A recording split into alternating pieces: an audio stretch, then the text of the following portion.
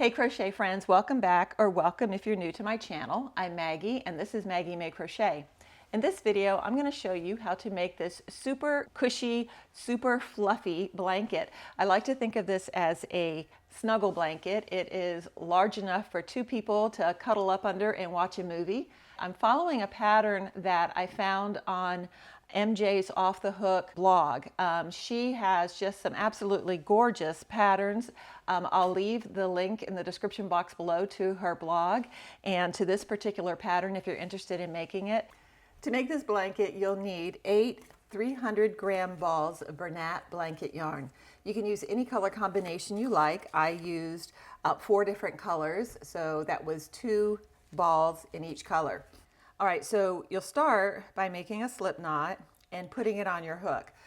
This is a 16mm size Q crochet hook. This is a Susan Bates crochet hook. It's really a big, nice, comfy hook to use. So you'll need to create a chain. It can be as long as you like, as long as it's an even number. The blanket that I made used 100 chains, and it ended up being about 80 inches wide. Okay, so once you've got your chain to the length that you desire, you're going to create a single crochet in the second chain from the hook. So this is chain 1, this is chain 2. I'm going to place a single crochet, and in that same space I'm going to place a double crochet.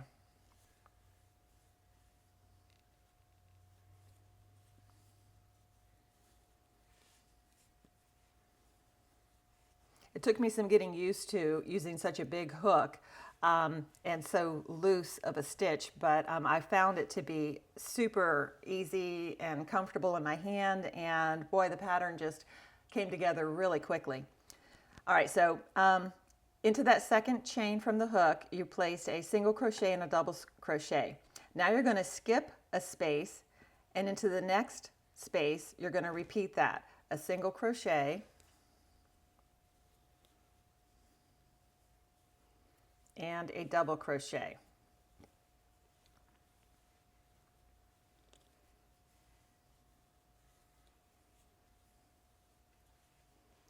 You'll skip the next chain and make a single crochet and then a double crochet. So essentially that is it. It's a very, very easy pattern, and it comes out, like I said, just so pretty. In the beginning it's kind of awkward because it really doesn't look like it's going to come together. It looks like just a bunch of yarn twisted up, but you'll see the pattern once you get a nice big piece of it. And we're going to continue this all the way to the end, and I'll meet you at the end to show you how we finish this row. Okay, so I've got my 2 chains that are left. I'm going to skip this chain, and in the final chain I'm going to just do a single crochet. So you end each row with just a single crochet, no double crochet in this. Okay, now I'll chain 1 and turn my work.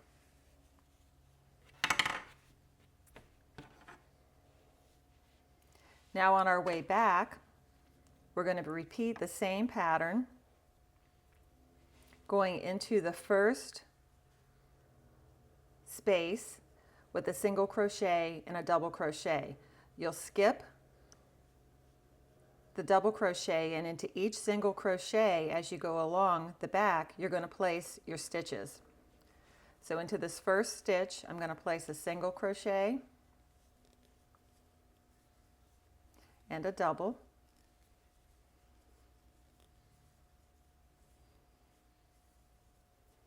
Skipping the next stitch and placing my single crochet and double into the following stitch. So we're just placing our stitches and skipping one in between each.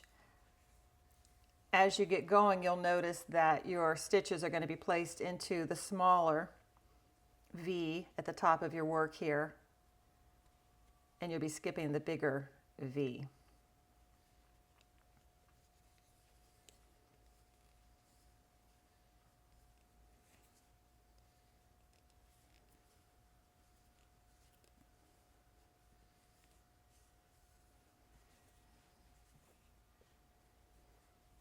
Okay, there's my big V, skipping that, going into the smaller V.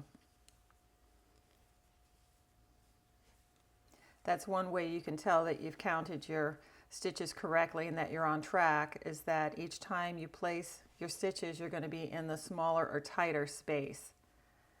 I found myself getting distracted every now and again, and I could tell that I lost count because my stitches weren't lining up, that I was placing the stitch in the smaller space, so I had to just pull out that row and start over. Larger, smaller.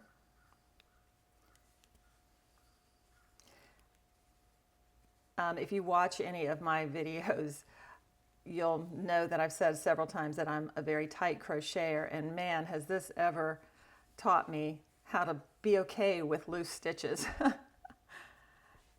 Trying to get my tension right has been a little bit challenging, but this is a really, really forgiving pattern and stitch, and even if they're not 100% even or perfect, it really doesn't show. My blanket is absolutely so beautiful. That's why I decided to go ahead and create this video to share with you. And in my last stitch, I'm going to do just one single crochet. So you end each stitch, or sorry, so you end each row with a single crochet. So I'm turning my work over and you can see my V's here.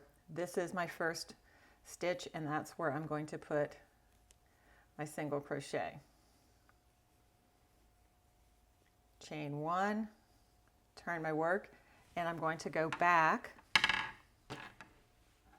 again, starting with a single crochet and a double crochet into the first stitch.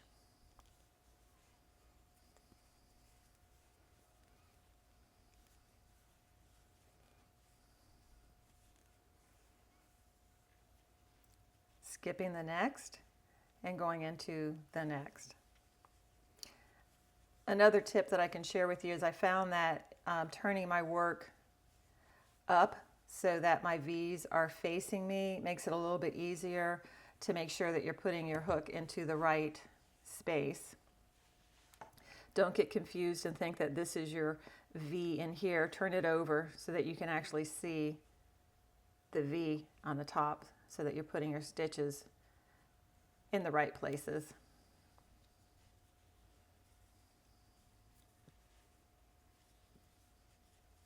This is really one of those patterns that doesn't take a lot of thought. You can just sit in front of the TV, watch a movie, and just go at it.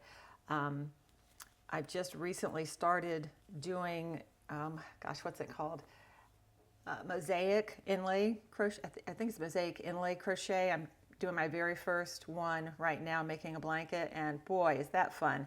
But it does take a little bit of concentration because you're counting squares and making sure that your stitches are in the right place as you go along. So that one is a little harder to watch a movie with. So this is one of those projects that you can pick up and work on whenever you just need something to kind of keep your hands busy, and you don't need to keep your mind focused on what you're doing. All right, so I'm coming up to my last two stitches. 1, 2, I'm going to place my single crochet here in that last stitch, chain 1, and turn my work. See how quickly this is coming along? I mean, it is just very, very fast. To change my colors, I'm going to begin my single crochet just to the point that I have two loops on my hook. And then I'm going to add my next color.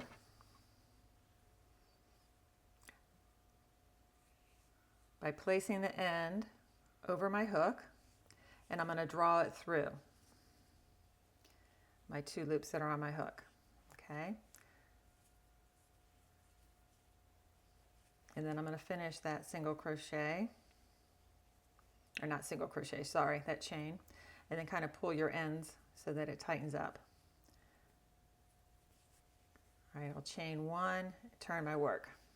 Now you can go ahead and cut your end. I don't have my scissors handy right now, so I'm just going to leave my end there. and continue with my stitches.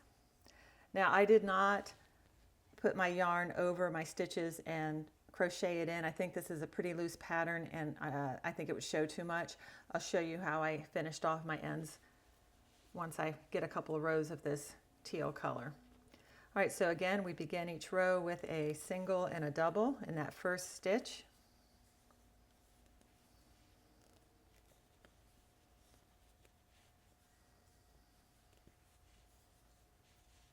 Skip the next into the next stitch, a single and a double.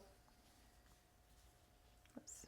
Okay, so I just finished my last single crochet in the row. I'm going to bring my yarn through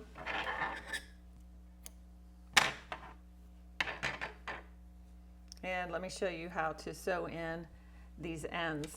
I found these really cool needles. I think that darning needles sometimes can be difficult to thread, especially as I start getting older and my eyesight is not the best. So these are amazing. They're Susan Bates. I found them on Amazon. I did not find them locally, so I had to order them. I'll put a link in the description box below if you'd like to get a set. I think these were maybe $5.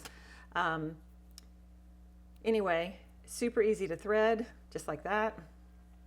And I find that you can really weave your yarn in just all over real nicely. So again, this is so forgiving. I absolutely love it.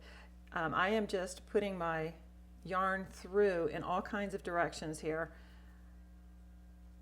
so that I'm sure that my ends are going to stay nice and secure. And I'll go back around the other way, and you can't even see this. Okay, and I'll go through one more time this way. And trim it off. Okay, so on this side where I've added my other color, I like to take them and tie a knot. Now, I'm sure there are crochet purists who will say that this isn't really a good way to go. Not because it's not secure, but you know, maybe it's just not technical enough. I don't know, but it works for me. So I tied myself a knot, and now I'm going to take the ends and weave them in. Maybe on a pattern that is not as fluffy and forgiving as this one, it might be noticeable, but I'm telling you, this is just the easiest, most beautiful pattern. Okay guys, if you enjoyed this video, please consider giving it a like and consider subscribing to my channel if you haven't already. I appreciate those of you who have. I am just amazed at how this channel is growing, and I'm loving it and really appreciate your support. See you next time.